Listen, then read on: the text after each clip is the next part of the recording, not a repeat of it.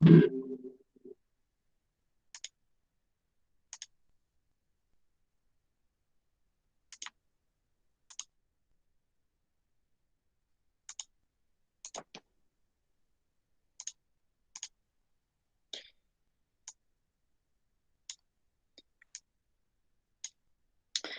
indíquenme por favor si se ve mi diapositiva.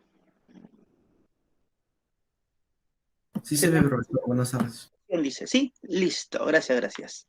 Gracias. Entonces, comencemos. En este momento estoy compartiendo toda mi ventana, lo que significa que no estoy viendo el chat. Si tienen alguna pregunta o comentario durante la clase, pueden hacerla activando el micrófono, ¿no? Y luego lo desactivan para que no se filtre el sonido. O si no, escriben en el chat y esperan a que yo minimice mi ventana a la mitad de la clase de repente, no posiblemente, para poder conversar al respecto, ¿ok? Bien, bien. La Ilustración fue un movimiento político, filosófico, ideológico, ¿no? Que se desarrolló en el siglo XVIII en Francia y que luego se va a extender a varios países del continente europeo. La Ilustración fue un movimiento que lo que pretendió fue ilustrar, educar a las grandes masas todavía en ese tiempo, ¿no? Inmersas en la ignorancia, debido a que la cultura era un privilegio que tan solo tenían los aristócratas o el clero. El resto de la población se sumía, que era la mayoría de la población, se sumía en la incultura o en la ignorancia, ¿no? Muchos de ellos todavía eran iletrados. Por supuesto que la Ilustración defendía la idea de que la razón crítica, ¿no? Es la que debe guiar, ¿no? El derrotero de la cultura y las acciones humanas, ¿no? Para evitar así que hayan despotismos o tiranías políticas que mermen el espíritu de un pueblo, ¿no? Y de su población en general. Por ello es que la Ilustración, entre otras de sus consignas, ¿no? Implicaba el de derrocar el antiguo régimen feudal monárquico, ¿no? Que estaba sustentada también en la iglesia. La Ilustración, las ideas de la Ilustración van a generar que en 1789 acaezca la Revolución Francesa, que como ustedes deben saber por su curso de historia, la Revolución Francesa fue un acontecimiento importantísimo en la historia universal que va a generar que también otras revoluciones no se inicien incluso en esta parte de nuestro continente. ¿Okay? Recuerden que, por ejemplo, Simón Bolívar era un gran admirador de la Revolución Francesa. ¿Okay? Bien, los ilustrados eran personas intelectuales que pertenecían a la aristocracia, a la parte acomodada, ¿no? Que pertenecían a la parte de de la burguesía de la época, ¿no? Y no podría haber sido de otro modo por las razones que les expliqué hace un momento, de que la cultura, ¿no? Era un privilegio de unos pocos. Para los ilustrados, ¿no? El individuo es poseedor de derechos por naturaleza, y por lo tanto estos tienen que ser respetados. Y además que es el fundador de la sociedad, el individuo, los individuos, si gustas, inician esto que se llama sociedad o Estado. ¿Okay? Para los filósofos ilustrados, ¿no? La razón es el instrumento que permitirá defender, ¿no? Los derechos de la igualdad, de la solidaridad, de la tolerancia, ¿no?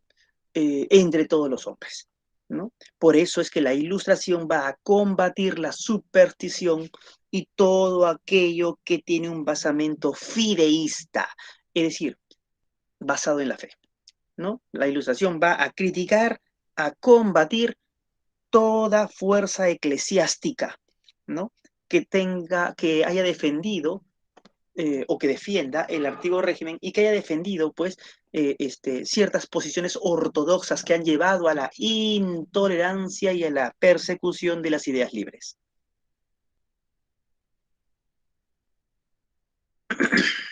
Antes de abordar otro punto importante sobre la ilustración, hemos de decir de que los ilustrados fueron muchos, ¿no? Fueron muchos los filósofos, ¿no? A los que se les ha llamado de ese modo, ¿no? Tenemos, por ejemplo, la figura de Voltaire,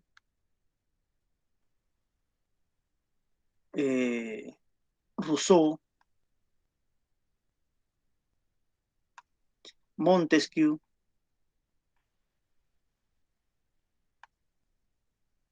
Diderot, ¿no? D'Alembert,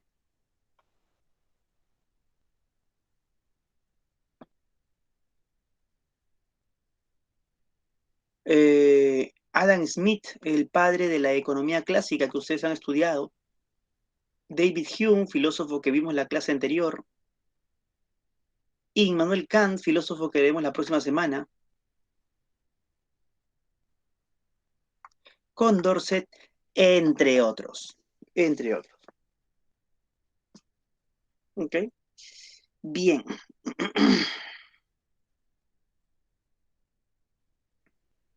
Bien. Con esta pequeña lista, lo que quiero que quede bien claro es que los filósofos ilustrados fueron muchos. Aquí tenemos una pequeña parte tan solo. No, me estamos mencionando tan solo algunos. Por supuesto que el día de hoy vamos a ver tan solo a Voltaire, Rousseau y Montesquieu. Ustedes en economía han visto el pensamiento económico de Adam Smith. La clase anterior vimos el pensamiento empirista de Hume. La próxima semana veremos la nociología de Kant, ¿no? A los otros pensadores no los veremos. Bien.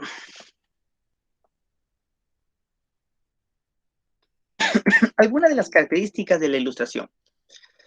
Bien.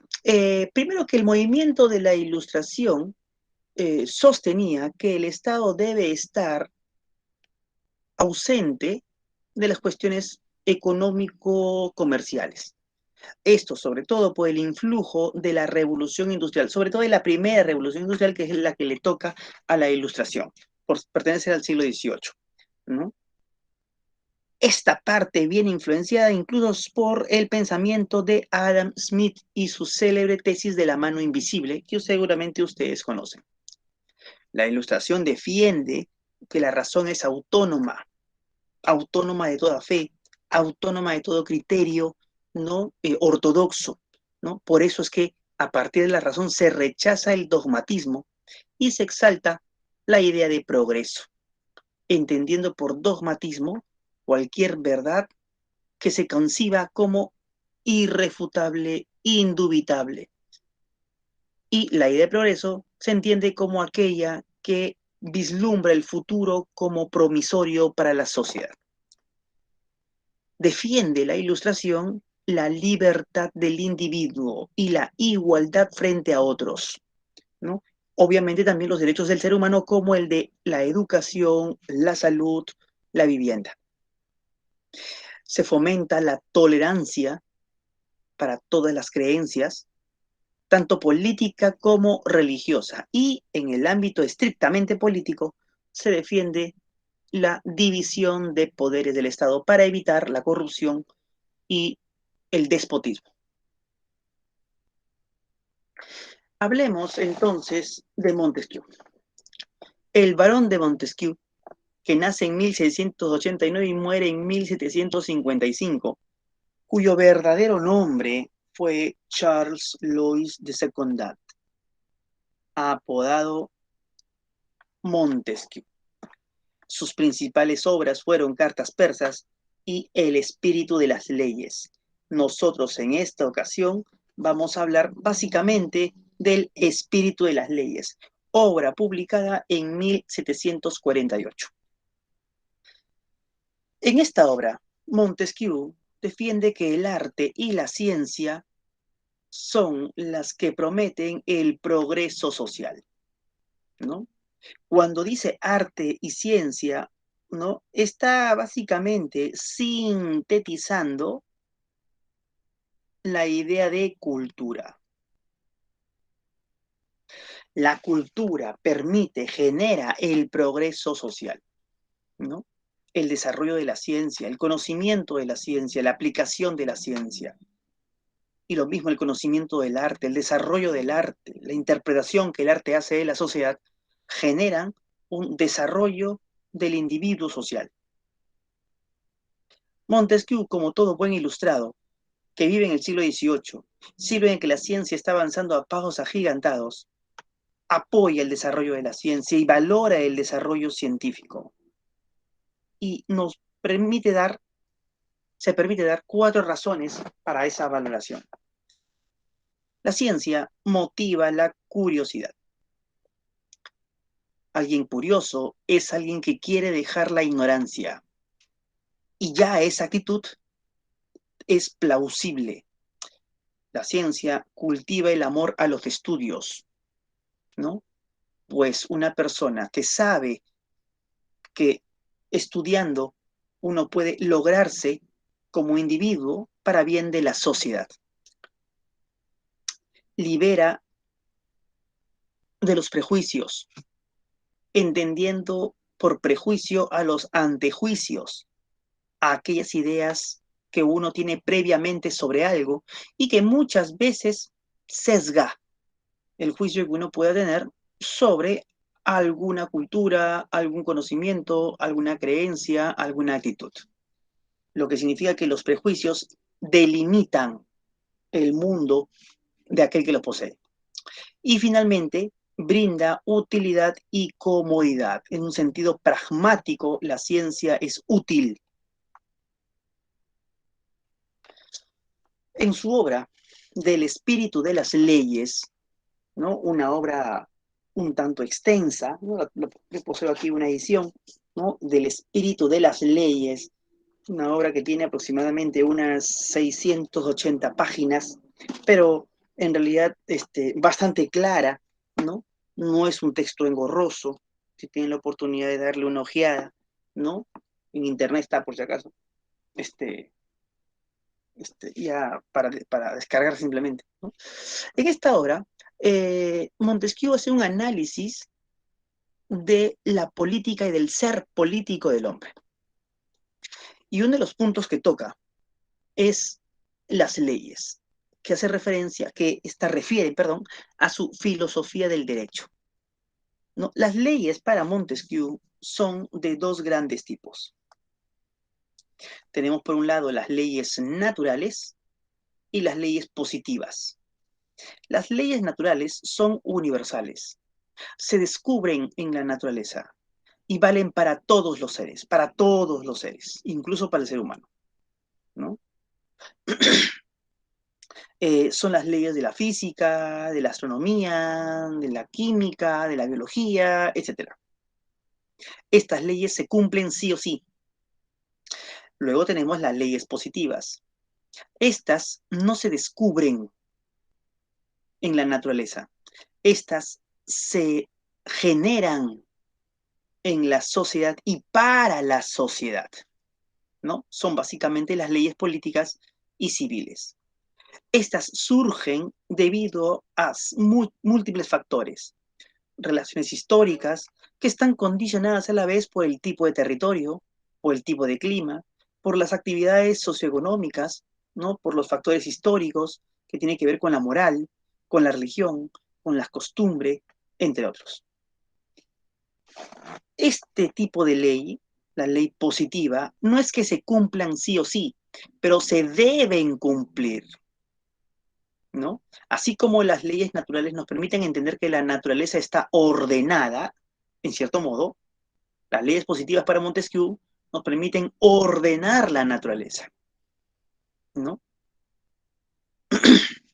Bien, ¿por qué Montesquieu hace hincapié en esta distinción de las leyes positivas? Porque estas leyes, ¿no? Las leyes positivas, las leyes sociales, las leyes culturales, ¿no? Permiten armonizar, ¿no? Crear cierta concordia, crear cierto orden en un grupo social determinado. Y digo un grupo social determinado porque estas leyes no pueden ser universales, como se pretendió. Las tendencias ortodoxas, ¿no? Universalistas, pretendían que ciertas leyes sociales, humanas, sean para toda la humanidad, ¿no? Estamos hablando aquí entonces de un tipo de absolutismo legal, al que Montesquieu rechaza con su relativismo legal. Pensemos en la ley de los 10 mandamientos, el decálogo de los mandamientos que aparece en el texto del Antiguo Testamento y que ustedes bien conocen.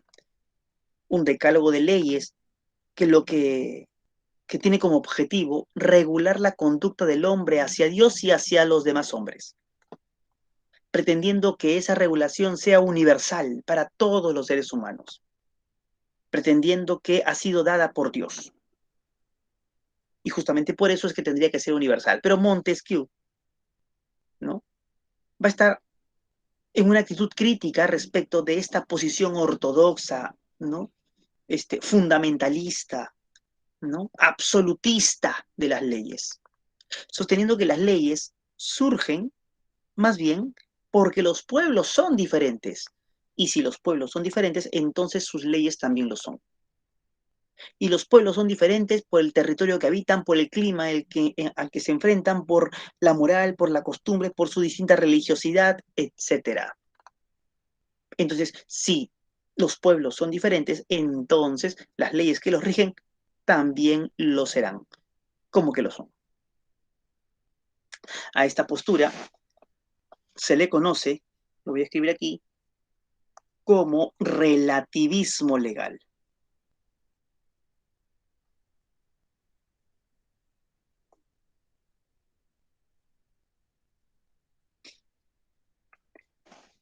Montesquieu hizo un estudio exhaustivo de las distintas formas de gobierno o de Estado que tiene o de gobierno que tienen los estados, ¿no? Y visualiza o explicita, ¿no? Tres formas, ¿no? De Estado, de organización estatal. Un Estado despótico en el que gobierna uno solo, en el que el poder del Estado está concentrado en un solo individuo, el mismo que ejerce el poder sin leyes ni reglas.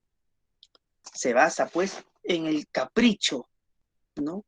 Y en los deseos particulares e individuales del despótico o del tirano. ¿Y cómo se mantiene en el poder? Por el miedo que genera, bajo amenaza, a sus súbditos, pues tiene la milicia de su parte. Luego tenemos el Estado monárquico. Aquí también todo el poder se concentra en uno solo, pero esta persona, el rey, por ejemplo, gobierna en base a leyes fijas, ¿no? Leyes fijas que incluso el rey tendría que cumplir, básicamente porque estas leyes fijas habrían sido dadas por Dios. Y si el rey está en el puesto donde está, se debe porque Dios así lo dispuso. Era una idea bastante común en que el hijo del rey sea rey. ¿Por qué? Porque se pensaba de que esa familia era la familia privilegiada por Dios y por eso ostentaban el poder que tenían, ¿no?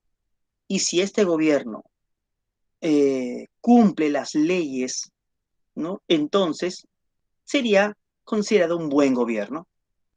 Esa es la razón por la cual no necesita del miedo ni de la amenaza para mantenerse en el poder. Se basa en el honor. El problema es que este tipo de gobierno puede corromperse, ¿no? Y se puede volver un gobierno despótico, porque el poder corrompe, pero el poder absoluto corrompe absolutamente. Entonces, el monarca, ¿no? Que cumple las leyes está a un paso de decidir no cumplirlas. Finalmente, él tiene el poder absoluto.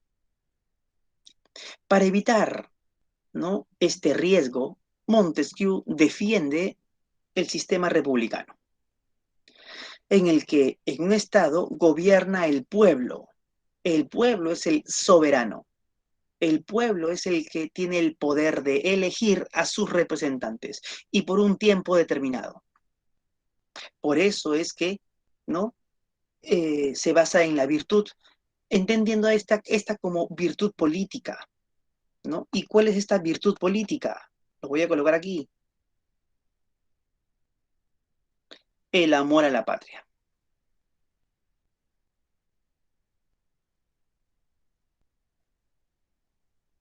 El amor a la patria, ¿no?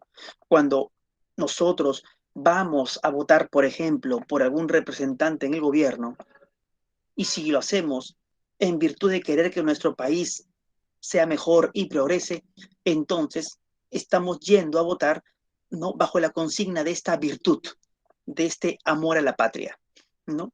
Y es que en un gobierno republicano, el pueblo finalmente es el que decide, ¿no? Porque en un gobierno republicano, la ley es para todos iguales. En este gobierno republicano se garantizan los derechos de los ciudadanos debido a que aquí se da la división de poderes.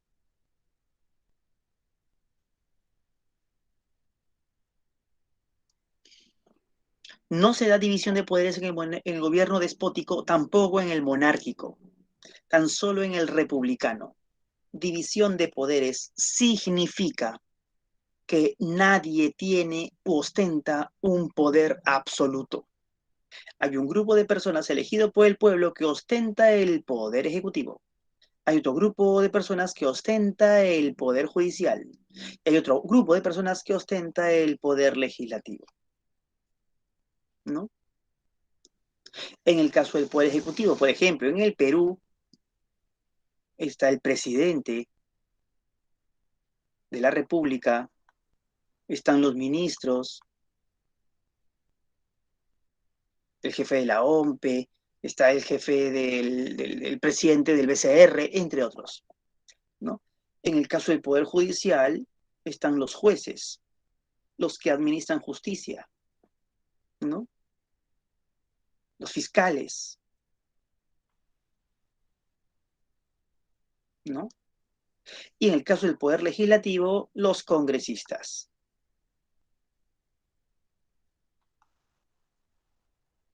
Cada poder es independiente del otro. El Poder Ejecutivo, el Poder Judicial y el Poder Legislativo, ninguno de ellos se solapan frente al otro. Eso se llama separación de funciones, porque cada uno tiene una función distinta. El Poder Ejecutivo tiene la función de ejecutar las leyes, de ahí su nombre, es decir, de llevar las leyes a que se cumplan, hacer que se cumplan las leyes, ¿no? Manejar el presupuesto estatal, manejar el erario público, ¿no? Son los que manejan el presupuesto de todos los ciudadanos. Cada vez que tú haces una compra, por mínima que sea, pagas impuestos. Estás pagando impuestos y ese impuesto va y suma al erario nacional. Luego nosotros elegimos a un presidente o al Poder Ejecutivo para que administre ese dinero que finalmente es nuestro debido a nuestros impuestos. Pero solamente votamos para que los administre por un tiempo, en el caso del Perú, 5 años, no más.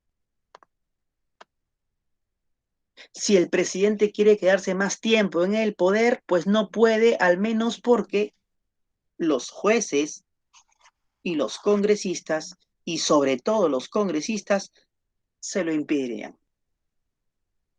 Porque son los congresistas, en este caso el poder legislativo, los que generan las leyes, los que discuten las leyes, ¿no? El Poder Judicial también tiene función separada de la del Ejecutivo y Legislativo, porque el Poder Judicial administra justicia, ¿no?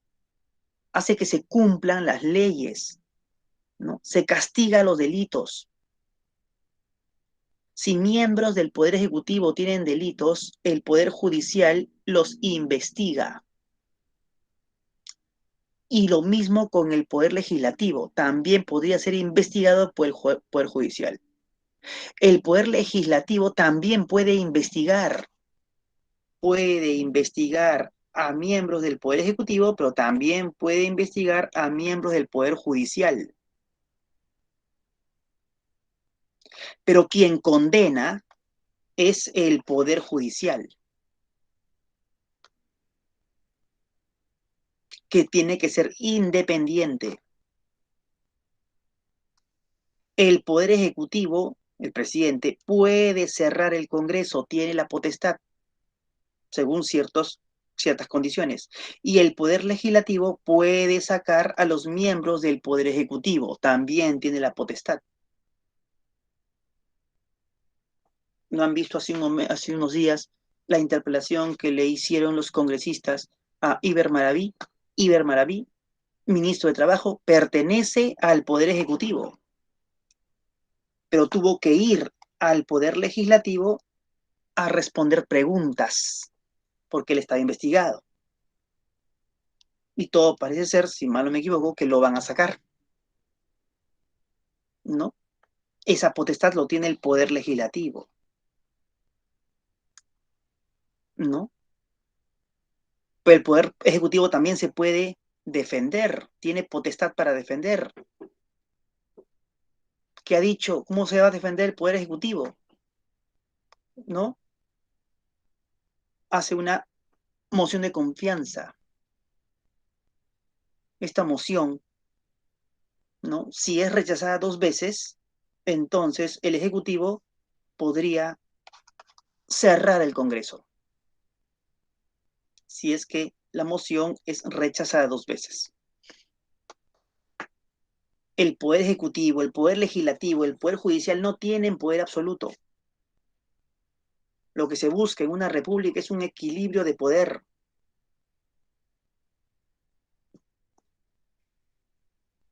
Entonces, ¿no? Esta teorización aparece en la obra de Montesquieu, por primera vez, el espíritu de las leyes. Y la mayoría de países del mundo las ha adoptado. Porque si bien no es el mejor tipo de gobierno, al menos, ¿no? Es el menos peor, ¿no? Valga el término, por cierto. Bueno, antes de abordar a Voltaire, hasta aquí alguna pregunta.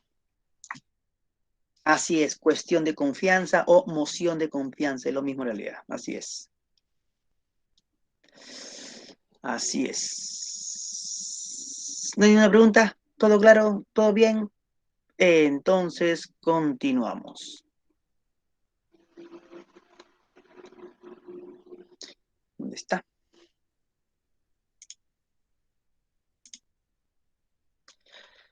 Francois Marie, perdón, Francois, porque francés. Marie Auret, apodado Voltaire. Nace este autor en 1694 y muere en 1778. Es un autor importantísimo en la Ilustración porque es el abanderado de este movimiento. Piensas en la Ilustración, se piensa en Voltaire. Se opuso al dogmatismo religioso, pues consideró que toda posición dogmática genera superstición e intolerancia. Atacará a las religiones justamente porque éstas, sobre todo las que son monoteístas, son altamente intolerantes, ¿no? Una religión monoteísta, como ustedes ya se habrán percatado, es el cristianismo, ¿no?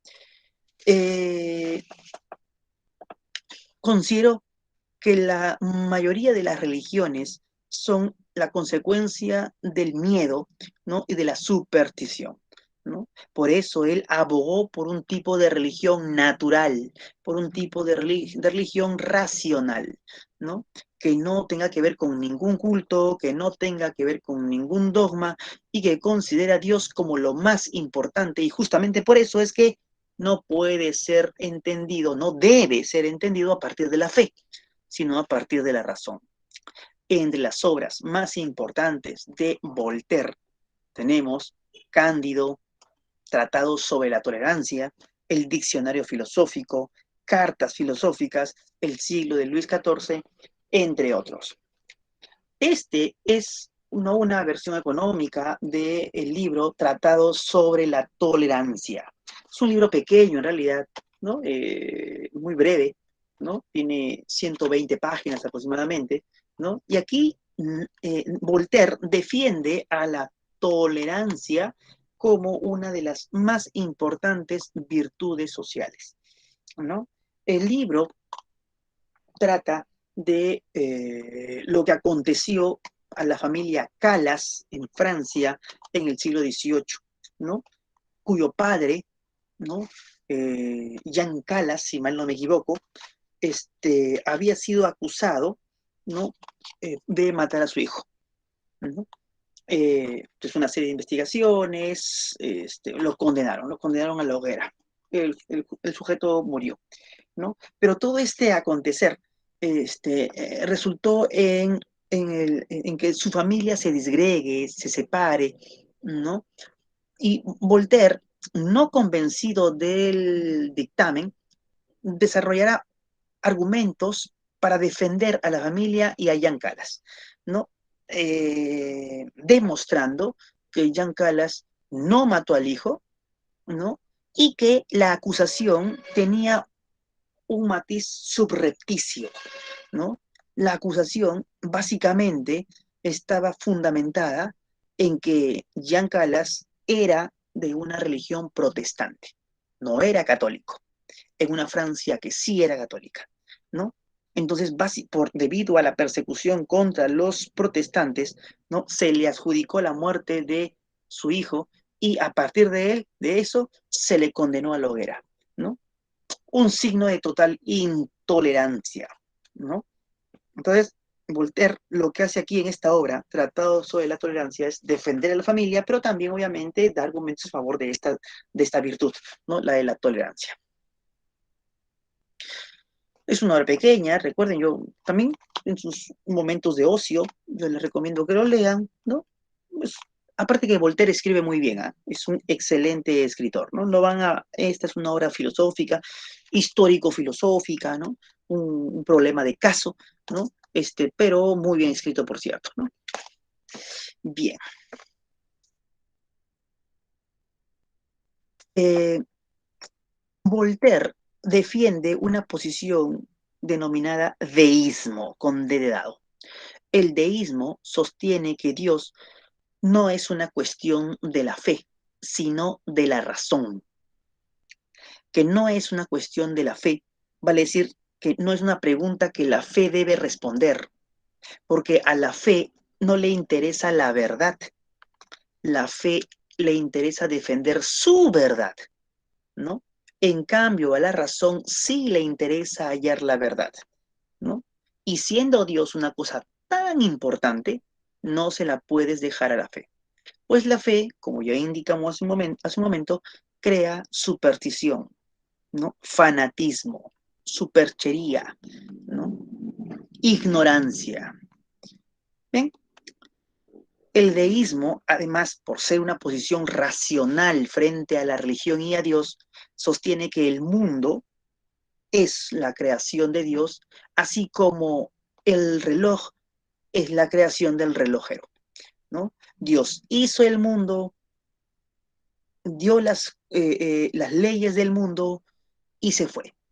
Así como el relojero hace el reloj, le da cuerda al reloj y luego se va. Y deja que el reloj siga andando, del mismo modo que el mundo sigue andando. Por lo tanto, pretender rezar o pedir a Dios para que se involucre en la vida con el fin de corregir ciertas cosas es un absurdo. Dios, en su infinita perfección, hizo el mundo como tiene que ser, ¿no? Pretender que Dios se mete en la historia del mundo para corregir ciertas cosas, ciertos eventos, es que es aceptar que Dios se equivocó en algunos puntos al crear el mundo. Y por eso en su transcurso va corrigiendo poco a poco, en eso que se llama milagros. Por eso para Voltaire pensar en los milagros es un total absurdo, ¿no? Bien, ahora bien, en el caso de que Dios no existiese, en el supuesto negado, como dicen los abogados, de que Dios no existiese, pues tendría la razón que inventarlo, porque la única manera de entender la existencia del mundo y por qué el mundo es como es.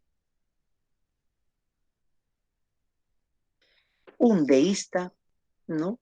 No sabe cómo Dios castiga, no sabe cómo Dios favorece, no sabe cómo Dios perdona.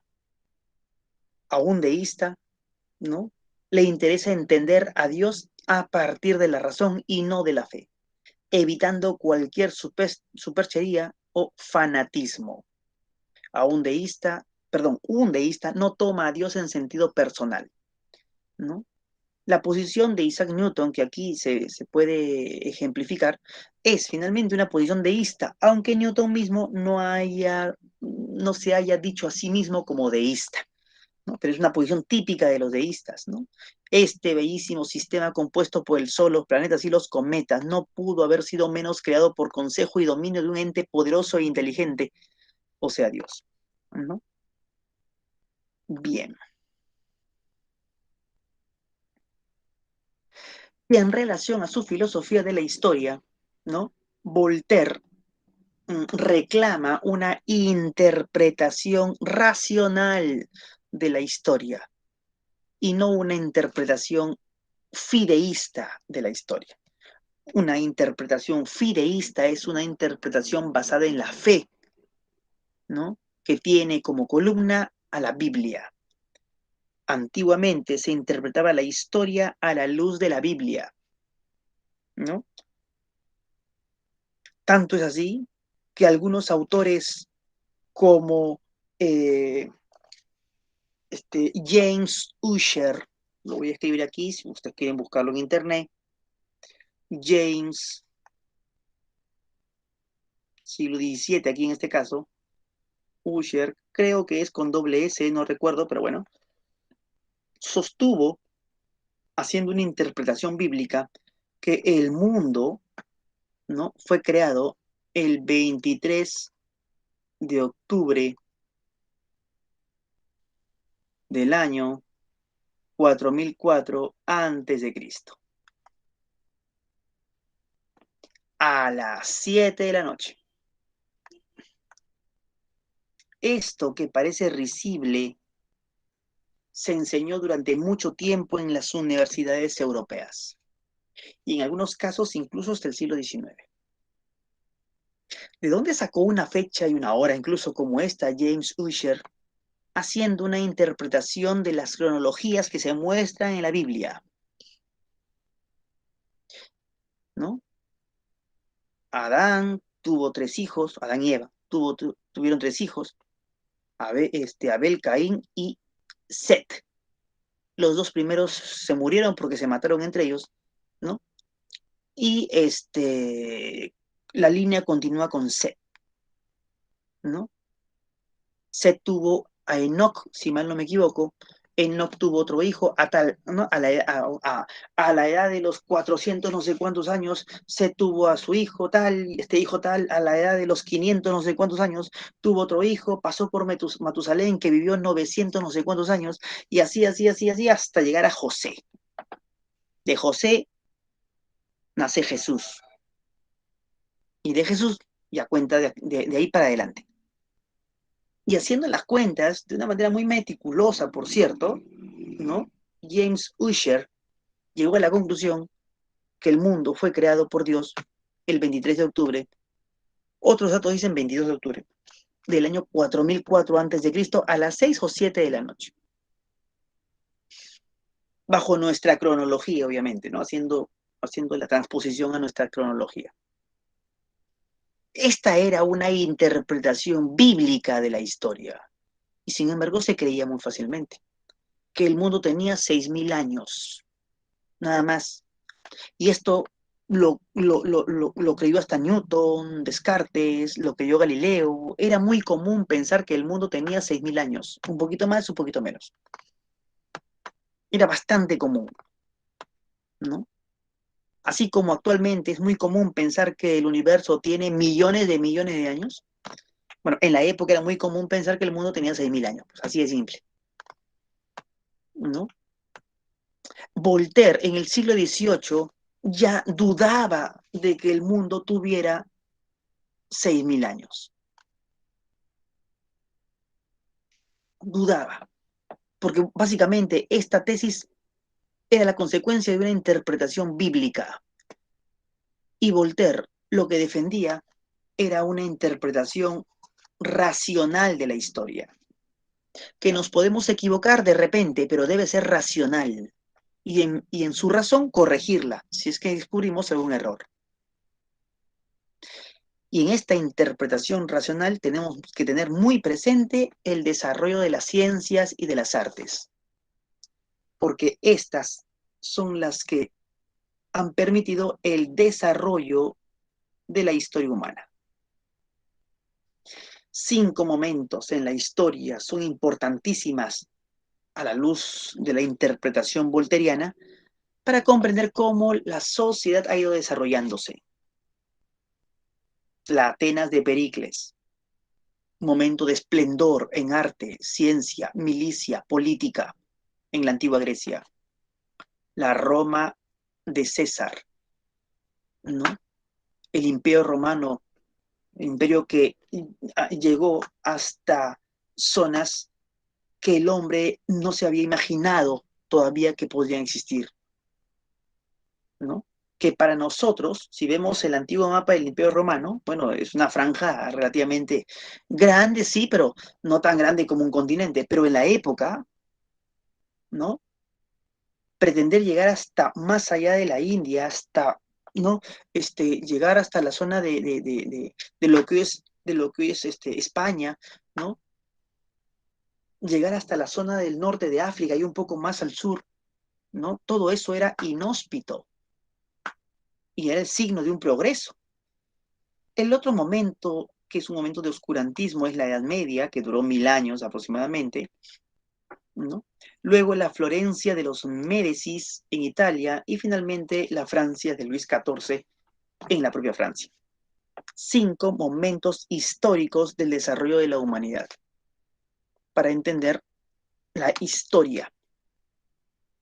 Esta era pues la interpretación de la historia dada por Voltaire, ¿no? Y finalmente la tolerancia, ¿no? Que ya hemos hablado brevemente, ¿no?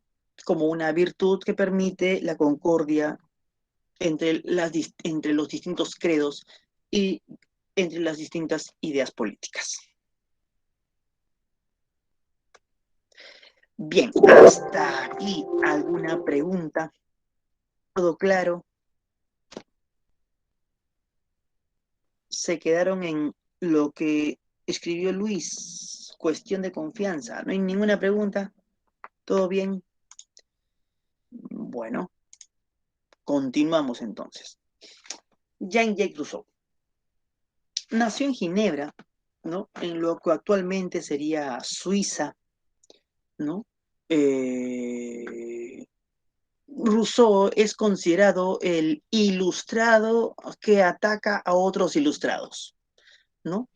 Es un pensador bastante particular, ¿no? En sus obras, el discurso sobre las ciencias y las artes va a atacar los orígenes de la ciencia, ¿no? Y de la cultura en general. En su obra Emilio o de la educación va a criticar la educación de su época, ¿no? Y en su obra Contrato Social sintetizará la tesis del pacto o contrato social para entender el origen de la sociedad. Voltaire sostiene que el hombre en estado de naturaleza es bueno, noble, que tiene sentimientos de amor de sí y de compasión hacia los demás. Que solamente cuando aparece la idea de propiedad privada, esto es, la idea de lo mío, surgen los primeros vicios. Y esta idea habría aparecido, especula Rousseau, cuando alguien demarcó un terreno y dijo, esto es mío por primera vez, ¿no? Entonces, al considerar que algo es suyo, significa que otros no tienen aquello, lo que implica la primera desigualdad. La desigualdad entre los hombres apareció justamente porque apareció la idea de propiedad privada, ¿no? Y el que alguien tenga más o menos implicará luego la idea de competencia. Y tras la idea de competencia, la idea de egoísmo muchas veces, ¿no? De querer ser más que el otro, ¿no? Y esta idea de competencia generará conflictos, guerras, y luego amos y vencidos. La civilización, por lo tanto, surgió a partir de un sentimiento egoísta como es el surgimiento de la idea de lo mío, de la idea de propiedad privada. Pero, ¿cómo surgió el Estado? El Estado moderno. Para Rousseau, el Estado moderno surgió a partir de un contrato o pacto social entre los individuos, en virtud de su libertad, la misma que quiere ser garantizada. Somos libres, pero en un grupo social sin Estado, nuestra libertad no está garantizada, ¿no? Y en virtud de ella, pactamos, ¿no? Negociamos y decidimos por voluntad general renunciar a todos nuestros privilegios individuales con el fin de generar un privilegio general, ¿no? La idea del contrato o pacto social, por lo tanto, es la idea del origen del Estado. Si a ti te roban, por ejemplo, y tú logras agarrar al delincuente, ¿qué es lo que tendrías que hacer? Por pacto o contrato social, lo que tendrías que hacer es llevar al ladrón a la comisaría para que luego se haga el atestado correspondiente y ésta sea elevada al Poder Judicial. Y sea el Poder Judicial un ente autónomo, un ente imparcial, el que juzgue a ese ladrón. Yo sé que uno pues tiene las ganas de ejercer la justicia por su propia mano al haber agarrado al ladrón que nos ofendió robándonos. Pero recuerda que estás en una sociedad y por lo tanto tienes que regirte por ciertas leyes. Y una de esas dice que tú no puedes ejercer justicia por tu propia mano. Tú podrás argumentar que él te robó a ti y te perjudicó a ti y que tú quieres ejercer justicia entonces, pero si lo piensas bien, te diré Rousseau, es que en realidad no vas a ejercer justicia. Lo que vas a hacer tú es vengarte. Y si el ladrón ya desarmonizó la paz social al robarte, tú también desarmonizarás la paz social al vengarte. Para evitar dos desarmonías sociales, la del ladrón y la tuya, entonces el contrato social dice renuncia a tu derecho a ejercer justicia por tu propia mano. Renuncia a ese interés individual, ¿no? Y lega esa justicia a un ente que ha sido creado justamente para ejercer justicia de modo imparcial. Estaríamos hablando en este caso del Poder Judicial.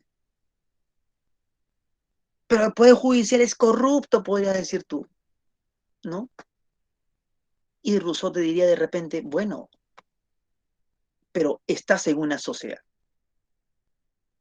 Y así el Poder Judicial sea corrupto, tienes que respetar, ¿no? Las leyes, los dictámenes de esa sociedad.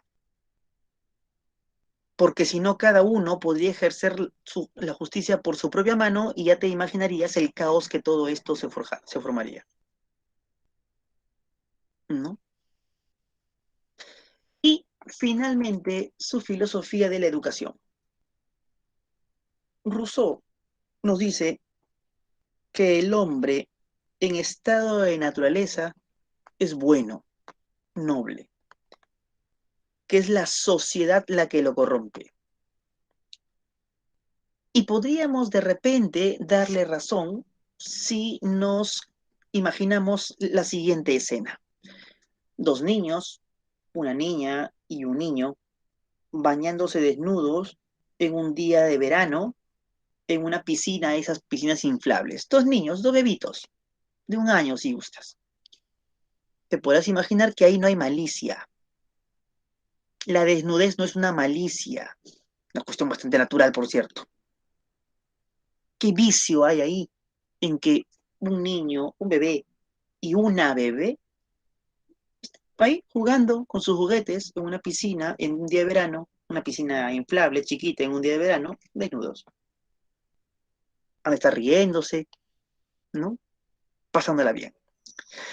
Entonces, ahí podríamos visualizar el estado de naturaleza. Esos bebés no tienen cultura, no tienen arte, no tienen ciencia, no tienen moral, no tienen religión, no tienen política, no tienen educación, ¿no?